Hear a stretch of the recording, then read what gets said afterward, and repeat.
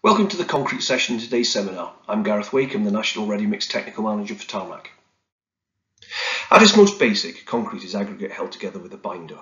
The aggregates provide mechanical strength and dimensional stability, and the binder glues the particles and fills the voids. Modern concretes have carefully selected aggregates, highly controlled cements, and admixtures that modify the performance and can be used to meet the precise requirements of the end user both in the plastic and the hardened state. The idea of binding aggregates together to form concrete is not a new one. There is some debate about the earliest concretes. Around 6000 BC, aggregates were being bound with lime by the Nabateans in what is now modern Syria and Jordan. They were using these materials for floors and small walls in their homes.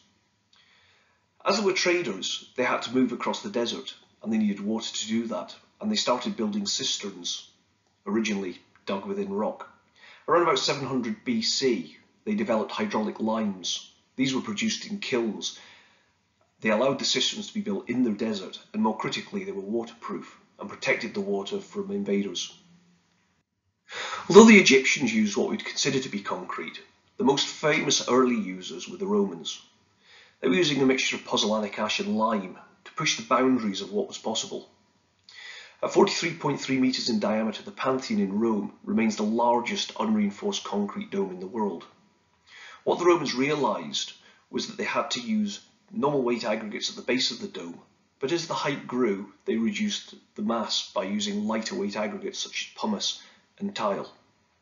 The oculus in the roof is not only there for decoration, it is there to reduce the weight. These cultures had realised the versatility of the material, that it could be formed into any shape but then hardened to be strong and durable. One of the issues with concrete, though, with the binders, whether it was gypsum, lime or pozzolanic ash, they were either difficult to make or only found in certain areas. Aggregates, on the other hand, are usually found locally. They're relatively cheap, plentiful and dimensionally stable.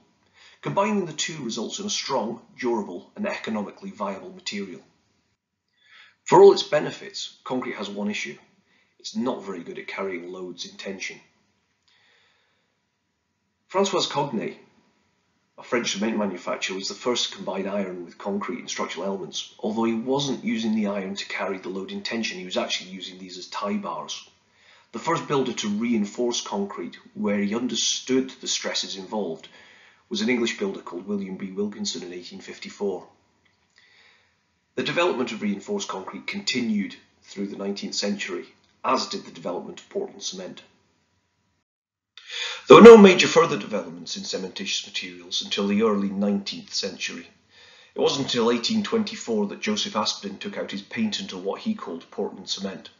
This wasn't a cement that we would recognise today. It was his son who realised that burning at higher temperatures with a greater proportion of limestone produced what we now call Portland cement.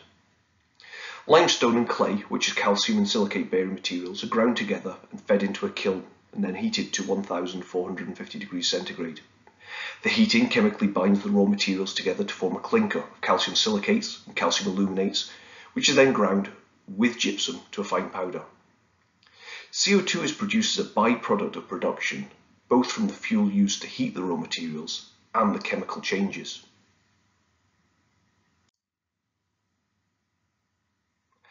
Around 1.5% of the UK's CO2 emissions come from cement production. Now this compares quite favourably to the global percentage of 7%, but it's still a significant proportion. So what are the solutions? We need to increase the use of low carbon cements. We can do that through cement replacements, looking at admixtures to optimise mix design and drive down overall cement contents. We can look at novel solutions such as alkali activated cements.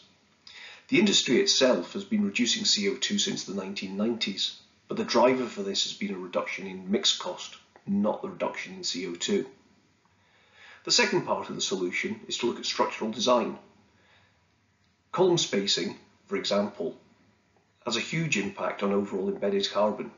We can also look at reinforcement types, such as steel fibres as opposed to traditional rebar. And we need to consider the end of life of the structure, what we do at the end of it. How easy is it to recycle, or can it be repurposed? As a concrete producer, cement replacements are the easiest solution for us to implement. GGBS is our most common cement replacement. This is a byproduct of the steel industry. The blast furnace slag is rapidly cooled with water to granulate, and then it's ground into a fine powder. This powder is actually slightly reactive with water on its own, but works very well when mixed with cement. It's very white in colour, which is architecturally pleasing, and can replace up to 80% of the cement, although normal percentage replacements are around about 50%.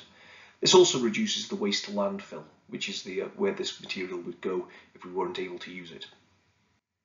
Another option as a cement replacement is PFA. This is residue ash from burning pulverised coal in a coal-fired power station, but as coal-fired power stations become rarer, it becomes more difficult to get hold of this material. It's very dark grey in colour and replaces up to about 40% of the cement. Once again, like GGBS, it reduces waste to landfill. Both PFA and GGBS help durability in the concrete by densifying the pore structure. Both GGBS and PFA as cement replacements can be added to the concrete at the plant. Portland limestone cement, however, requires manufacturing at the cement works. The cement clinker and gypsum are interground with a high purity limestone. This results in a much lighter colour and can replace up to 20% of the cement. There are, however, barriers to the adoption of low carbon concretes. The industry is used to the performance of CEM 1.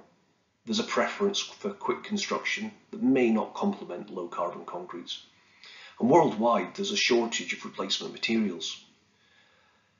Coal-fired power stations are closing, and so PFA is becoming more scarce. And if we looked at the global market for concrete, there would not be enough GGBS to service that. There's also a lack of guidance for the design of low-carbon structures, such as using alkali-activated cements. But these are the challenges that we need to face as an industry, and we need to find solutions to. Thank you.